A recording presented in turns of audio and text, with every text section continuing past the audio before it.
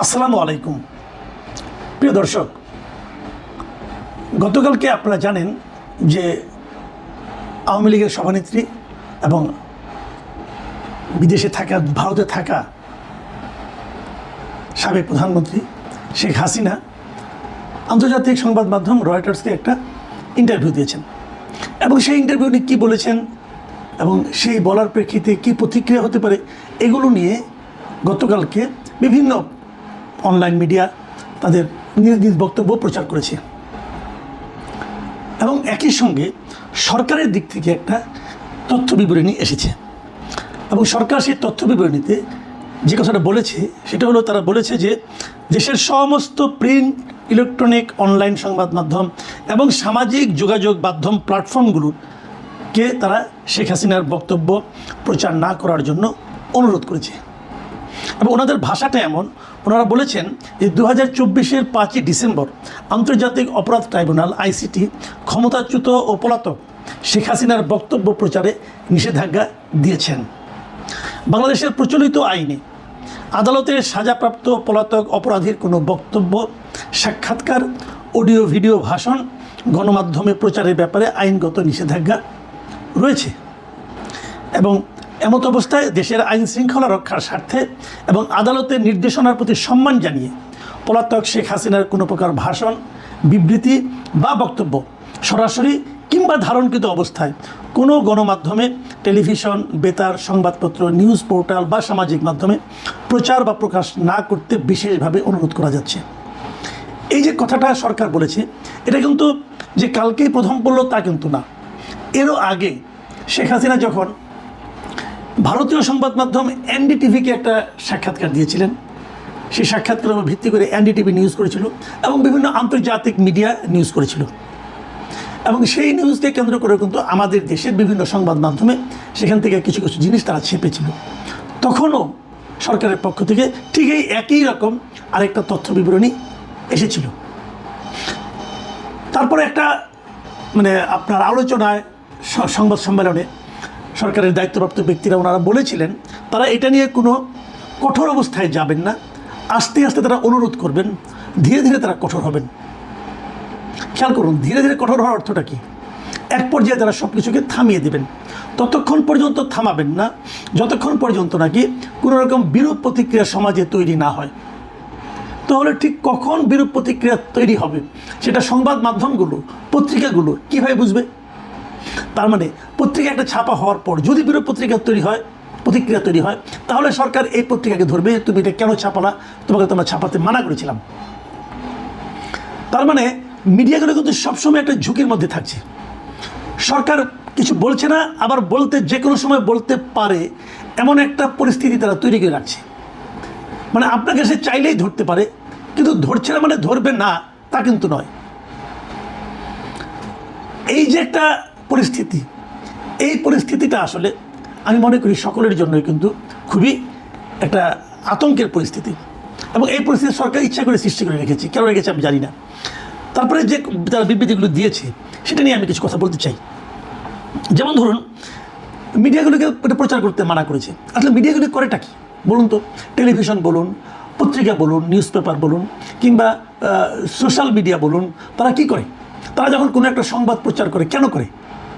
দুটো কারণে করে। প্রথমত কারণ হলো যে তারা দর্শক, পাঠক, শ্রোতা এদের দৃষ্টি আকর্ষণ করতে চায়। এরা যেটা জানতে চায় সেটা তারা প্রচার করে, অথবা যেটা প্রচার করলে বেশি বেশি লোক এটা দেখবে, শুনবে বা পড়বে, তারা সেটাকেই প্রচার করে। এখন যদি সবাই সরকারের কথা মানত, কোনো একটা মিডিয়াও শেখ হাসিনা সংক্রান্ত কোনো নিউজ প্রচার করলো না, ভাবখানা এমন যে শেখ হাসিনা বলতে কোনো চরিত্র এই দুনিয়াতে এক্সিস্ট করে না, অতীতেও করতো না, ভবিষ্যতেও করবে না, যদি এমন হতো তাহলে আমরা মানতে পারতাম যে না, ঠিক আছে, সরকারের আদেশ মানাটা খুবই সহজ। কিন্তু সেটা কি হচ্ছে? রয়টার্স তো তার খবরটা প্রচার করছে এবং রয়টার্সের এই খবর অনলাইনে পাওয়া যাচ্ছে। অনলাইনে রয়টার্সের খবরকে কোট করে, সেটার উপর নির্ভর করে বাংলাদেশের বাইরে সমস্ত দেশের মিডিয়া সেই খবরটা প্রচার করছে। বিভিন্ন দেশের, ইন্ডিয়াতে ধর, পাকিস্তান, সব দেশের লোকজন তারা সেটাকে টেলিভিশনে প্রচার করছে, মিডিয়াতে। তো এখন ইন্টারনেটের যুগে দেশের সাধারণ নাগরিক, গ্রামের একটা লোকের পক্ষে কিন্তু রয়টার্সের খবর দেখা সম্ভব, ভারতের পত্রপত্রিকা দেখা সম্ভব, ভারতের বাংলা ভাষার পত্রপত্রিকা দেখা সম্ভব। তাহলে তারা সবাই দেখতে পাচ্ছে, কোথায় পাচ্ছে? বিদেশি মিডিয়ায় পাচ্ছে। তাহলে পাচ্ছে না কোথায়? আমার দেশের মিডিয়ায় পাচ্ছে না। তাহলে লোকজন কী করবে? যে আমার দেশের মিডিয়াকে বাদ দিয়ে তারা বিদেশি মিডিয়ার উপর ঝুঁকবে। এতে আমার দেশের মিডিয়া কি দর্শকদেরকে তার কাছে ধরে রাখতে পারবে? পারবে না। যদি দর্শকদেরকে আমার দেশের মিডিয়া ধরে রাখতে না পারে, আমাদের প্রত্যেকটা মিডিয়ার দুটো লক্ষ্য আমি বলেছিলাম। একটা লক্ষ্য হলো দর্শক, শ্রোতা, পাঠক এদেরকে আকৃষ্ট করা, আর দ্বিতীয় লক্ষ্যটা হলো যে তাদের মিডিয়াতে প্রচুর বিজ্ঞাপন আকৃষ্ট করা। যারা বিজ্ঞাপন দেয় তারা কিন্তু এই যে প্রথম যে কারণটা, যে দর্শক শ্রোতাদেরকে কে কতটা আকৃষ্ট করতে পারছে তার উপর নির্ভর করেই বিজ্ঞাপন দেয়। ধরেন আপনি একটা মিডিয়া করলেন, অনেক টাকা খরচ করে মিডিয়া করলেন, ওটা কেউ দেখে না। এখন যদি কেউ না দেখে, না পড়ে, না শুনে, তাহলে ওই মিডিয়ায় কেউ বিজ্ঞাপন দিবে না। যদি বিজ্ঞাপন না দেয় তাহলে ওই মিডিয়ার ইনকাম হবে, কমে যাবে। যদি ইনকাম কমে যায় তাহলে ওখানে যারা চাকরি করেন তাদের বেতন হবে। তার হচ্ছে বড় কথা, ওই মিডিয়ায় যিনি লগ্নি করেছেন, যিনি টাকা খাটিয়েছেন, তিনি কি তার টাকাটা ফেরত পাবেন? তাহলে কী হবে? ওই মিডিয়াটার মৃত্যু ঘটবে। তাহলে সরকারের তথ্য মন্ত্রণালয়, যা নাকি আমাদের এই সমস্ত মিডিয়াগুলোর অভিভাবক, তারা কী করতেছেন? তারা এমন একটা আইন করতেছেন, এমন একটা নিয়ম করতেছেন, এমন কিছু কাজ করার জন্য সব মিডিয়াকে অনুরোধ করতেছেন, নির্দেশ দিচ্ছেন, যেটা করলে এই প্রত্যেকটা মিডিয়ার অর্থনৈতিক ক্ষতি হবে এবং তাদের ব্যবসায়িক ক্ষতি হবে, এবং তারা যে কারণে মিডিয়াটা করেছে, মানে দর্শক, শ্রোতা, পাঠকদেরকে সমৃদ্ধ করার জন্য, সেই কাজটা অব্যাহত হবে। সব মানুষ চলে যাবে বিদেশি মিডিয়ার কাছে। ভারতের আনন্দবাজার পত্রিকা তারা খুঁটিয়ে খুঁটিয়ে পড়বে এবং তারা ওখান থেকে বানিয়ে বানিয়ে চিন্তা করবে। আমার দেশের পত্রিকা কেউ পড়বে না, আমার দেশের টেলিভিশন কেউ দেখবে না। তাহলে সরকার আলটিমেটলি আমার দেশের মিডিয়াগুলোর ক্ষতি করার চেষ্টা করছেন। তারা চাচ্ছেন যে আমার দেশের মিডিয়াগুলি সব বন্ধ হয়ে যাক। কারণ এরকম যদি এখন যদি শেখ হাসিনা প্রতিদিন একটা করে কথা বলতে থাকে, প্রতিদিন একটা করে মিডিয়াতে কথা বলতে থাকে, তাহলে প্রতিদিন কিন্তু লোকজন ওইগুলিতে চলে যাবে, বাইরেগুলিতে। এবং একবার বাইরেগুলিতে যাওয়ার অভ্যাস হয়ে গেলে তারা দেশীয় মিডিয়ার কাছে আসবেই না। তাহলে সরকার এই ধরনের কাজ কেন করছে? আমি এখানে আরেকটা কথা প্রাসঙ্গিকভাবে বলে নিই। সেটা হলো, এই ধরনের একটা আদেশ কিন্তু তারেক রহমান সাহেব যখন বিদেশে ছিলেন, মানে লন্ডনে ছিলেন, তখন ওনার ব্যাপারে দেওয়া হয়েছিল যে ওনার নিউজ প্রচার করা যাবে না, ওনার সংক্রান্ত কোনো কথা বলা যাবে না। সেই বিষয়টা কি তারেক রহমান অথবা বিএনপি এনজয় করেছিল?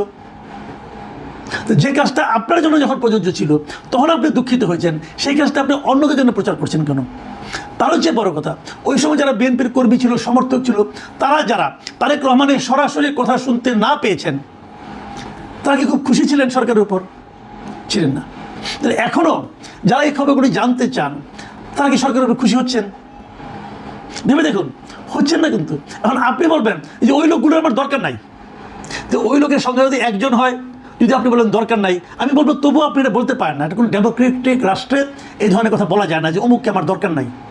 ডেমোক্রেটিক রাষ্ট্রে আপনাকে সবাইকে দরকার, আপনি কাউকে বাদ দিতে পারবেন না। তারপরে ধরলাম যদি একজন হইতো, দুইজন হইতো, তাহলে বুঝতাম। একটা বিশাল সংখ্যক মানুষ তারা কিন্তু জানতে পারছে না। না জানতে পারলে কি হবে? তারেক রহমানের কথা জানতে না পেরে মানুষের মধ্যে যে ক্ষোভটা ছিল, ওই সময় সরকারের উপর ক্ষোভ ছিল, সেই একই ধরনের ক্ষোভ এখনও অনেক লোকের মধ্যে এই সরকারের বিরুদ্ধে তৈরি হবে। এতে সরকারের লাভটা কী হবে? লাভ হবে না। তাহলে সরকার এটা কেন করছে? সেই প্রসঙ্গে আবার আসছি। সরকারের মূল লক্ষ্যটা আসলে কী? সরকার আসলে কী চায়? অথবা সরকার কখন এই ঘোষণাগুলো দিল? যখন শেখ হাসিনা দুইবার ইন্টারভিউ দিল। একবার এনডিটিভির সঙ্গে দিল, এবার রয়টার্সের সঙ্গে দিল, এবং দুইবারই তারা কিন্তু একই ধরনের প্রতিক্রিয়া ব্যক্ত করলো যে এগুলি প্রচার করা যাবে না। কেন সরকার ঠিক এই সময় এসেই প্রচারটা করছে, এই সময় এসেই তথ্য বিবৃতিটা দিচ্ছে? তাহলে কি আমরা বলবো যে সরকার ভয় পেয়ে গেছে? সরকারকে শেখ হাসিনা, যিনি বিদেশে আছেন, ভারতে রাজনৈতিক আশ্রয় মনে হয় আছেন সম্ভবত, অথবা পালিয়ে আছেন, অথবা অতিথি হিসেবে আছেন, কীভাবে আছেন আমি জানি না, তার স্ট্যাটাস আমি বলতে পারবো না, যার বিরুদ্ধে বাংলাদেশের আদালত মৃত্যুদণ্ডের রায় দিয়েছে, তেমন একটা লোকের কথায় সরকার ভয় পেয়ে গেল? এই সরকার কি এত দুর্বল সরকার? কিন্তু আমি তো তা মনে করি না। এই সরকার তো মানে নিরঙ্কুশ সংখ্যাগরিষ্ঠতা পেয়েছে বিগত জাতীয় সংসদ নির্বাচনে। মানে দেশের ম্যাক্সিমাম মানুষ তাদেরকে ভোট দিয়েছে। তো ম্যাক্সিমাম মানুষের উপর এই সরকার কেন আস্থা রাখতে পারছে না? তারা কেন ভয় পাচ্ছে একজন বিদেশে থাকা, মৃত্যুদণ্ডাদেশ পাওয়া একজন রাজনৈতিক নেত্রীর বক্তব্যের উপর? কেন পাচ্ছে? এটা কি জরুরি ছিল? শেখ হাসিনা কী চাচ্ছে, উনি কী বলেছেন? উনি বলেছেন উনি আসতে চান, দেশে ফিরে আসতে চান। এটা তো সরকারের খুশি হওয়া উচিত, কারণ সরকার নিজেই তো ওনাকে আনতে চাচ্ছেন এবং ওনাকে ফিরিয়ে আনার জন্য সরকার অলরেডি ইন্ডিয়ার কাছে চিঠি লিখেছেন যে ওনাকে ফেরত দেন। এখন যদি ওই চিঠির কারণেই হোক অথবা অন্য কোনো কারণে হোক, যদি শেখ হাসিনা নিজে থেকে আসতে চায়, সরকার তো খুশি হওয়া উচিত। সরকার এয়ারপোর্টে অপেক্ষা করা উচিত। সরকারের উচিত হবে দ্রুততার সঙ্গে ওনাকে একটা ট্রাভেল ডকুমেন্ট দিয়ে দেওয়া, ভাই আপনি আসেন, তাড়াতাড়ি আসেন, আপনি তাকে এয়ারপোর্ট থেকে তাকে গ্রেপ্তার করে নিয়ে যাবেন, কোনো সমস্যা তো নাই। ইন্টারেস্টিং হলো ওনারা যেটা করতে চাচ্ছেন সেইটা করতে শেখ হাসিনা ভয় পাচ্ছেন না, কিন্তু ওনারা ভয় পাচ্ছেন। মানে এই যে প্রশ্নগুলো আমি তুললাম, এই প্রশ্নগুলির জবাব সরকারের কাছ থেকে আসা উচিত। আপনারা কেন ভয় পাচ্ছেন? তাহলে কি আপনারা যা করছেন সেটা নিয়ে আপনারা নিজেরাই স্যাটিসফাইড না? আপনারা ভাবছেন যে আমাদের কাজগুলো সাধারণ মানুষ গ্রহণ করছে না? তাহলে কেন করছেন? যে কাজটা সাধারণ মানুষ গ্রহণ করছে না বলে আপনাদের মনে একটা আতঙ্ক আছে, আশঙ্কা আছে, সেই কাজগুলো না করলেই তো হয়। কেন করছেন? দেখুন, আপনারা এরকম তথ্য বিবরণী দিয়ে থামাতে পারবেন না। মানুষ ঠিকই জেনে যাবে। মানুষ হয়তো এখন যদি হয় অন্য দেশের মিডিয়াগুলি দেয়, তারা হয়তো তাদের মতো করে ব্যাখ্যা করে করবে। কিন্তু যদি আপনারা এটাও থামিয়ে দেন, তাহলে কী হবে? তারা মূল নিউজটা পড়বে, তখন তারা কিন্তু আপনাদের উপর আরও ক্ষিপ্ত হবে। একটা কথা কিন্তু শেখ হাসিনা নিজেও বলেছেন, সেটা হলো ওনার এই বক্তব্য আমি যেটা দেখেছি, উনি বলেছেন যে একটা সরকার দীর্ঘ সময় ক্ষমতায় থাকলে কিছু ভুলভ্রান্তি হতেই পারে। যদি তেমন কোনো ভুলভ্রান্তি আমাদের হয়ে থাকে, তার বিচার জনগণ করবে। আর কি চান? জনগণ তো আপনার সঙ্গে আছে, সেই জনগণকে বিচার করতে দিন। নাকি আপনারা ভয় পাচ্ছেন যে জনগণ আপনার সঙ্গে নাই? যদি সেরকম ভাবেন তাহলে আপনাদের এই আচরণ ঠিক আছে। আসলে কি দেখুন, আজকে আমি প্রথম আলো দেখলাম। প্রথম আলোতে আজকের যে পত্রিকা, প্রিন্টেড যে পত্রিকাটা, সেই পত্রিকা শেখ হাসিনার ওই ইন্টারভিউয়ের ব্যাপারটা নাই। কিন্তু কি আছে, প্রথম পাতায় তারা একটা বিশ্লেষণ নামক খবর চেপেছে। বিশ্লেষণ শিরোনাম দিয়ে চেপে, সেটার নাম শিরোনামটা হলো শেখ হাসিনা ডিসেম্বরে দেশে ফেরার ঘোষণা কতটা বাস্তব। এটা বলে আসলে বাস্তব কি অবাস্তব, মানে একটা তারা এটা অ্যানালাইসিস করেছে ওনার বক্তব্যটাকে। তাহলে কী হলো, ওনার বক্তব্যটা তো ছাপলো, প্লাস তারা অ্যানালাইসিস ছাপলো। তো আলটিমেটলি কিন্তু ঘুরাইয়া খাইলো। অন্য সময় হলে হতো কেবল ফ্ল্যাট খবরটা ছাপতো, অ্যানালাইসিস ছাপতো না। এখন আপনাদের এইসব তথ্য বিবরণীর সরকারি হুমকি ধমক এটার থেকে বাঁচার জন্য তারা একটা অ্যানালাইসিস ছাপলো। লাভ হলো না ক্ষতি হলো? এটাই সমস্যা। আমরা আগেও দেখেছি, যখন কেউ সরকারে যান, ওনারা মনে করেন ওনারা যত বেশি কন্ট্রোল করবেন, যত বেশি মানুষের গলা চিপে ধরে থাকতে পারবেন, তত বোধহয় লোকজন তাদের সম্পর্কে ভালো ভাববে। তার বিরুদ্ধে উচ্চারিত নেতিবাচক কথাগুলো যত বেশি আড়ালে রাখা যাবে, তত বোধহয় তাদের জনপ্রিয়তা বাড়বে। এটা আগে সরকাররাও মনে করতো। আগে সরকার হাসান মাহমুদ মনে করতো, হাসানুল্লাহ ইনু মনে করতেন, ওরা সবাই এগুলি মনে করতেন। এবং এগুলি মনে করে করে তারা সরকার প্রধানকেও বুঝাতেন, দেখেন সবাই আপনার পক্ষে বলতেছে। কতগুলো সাংবাদিক নামধারী ব্যক্তিকে তার সামনে হাজির করাতেন, করে বলতেন দেখেন সবাই আপনার প্রশংসা করতেছে, মিডিয়া আপনার প্রশংসা করতেছে। কিন্তু সাধারণ মানুষ কি ওই ওনার সামনে যারা হাত কসলাতো যে সাংবাদিকরা, তাদের কথার উপর নির্ভর করতো? করলে তো আন্দোলনই হতো না। এখনও সেরকম হয়তো আমার ধারণা সরকার প্রধানের আশেপাশে কিছু লোক আছেন যারা সাধারণ মানুষ কি বলে কি ভাবে সেগুলো সরকার প্রধানকে জানান না, এবং তারা হয়তো মনে করেন এটাই বোধহয় টেকনিক। তারা কিন্তু সেই আগের টেকনিকে যাচ্ছেন, এই যে কাউকে কথা বলতে দেবো না, এবং পত্রিকাগুলো যদি আমি কথা বলতে না দেই, তাহলেই বোধ করি সাধারণ মানুষ আমাদের সম্পর্কে প্রকৃত তথ্যটা জানবে না। তাহলে হয়তো সাধারণ মানুষ আমাদের বিপরীত মতাবলম্বী যারা আছে, আমাদের বিরুদ্ধ মতাবলম্বী যারা আছে, তাদের কথা শুনতে পাবে না। বর্তমানে প্রযুক্তির এই যুগে এসে এই ধরনের ধারণা যে কতটা মূর্খতা, সেটা আমি আর নতুন করে বলতে চাই না। প্রিয় দর্শক, এখন এ পর্যন্তই। আল্লাহ হাফেজ।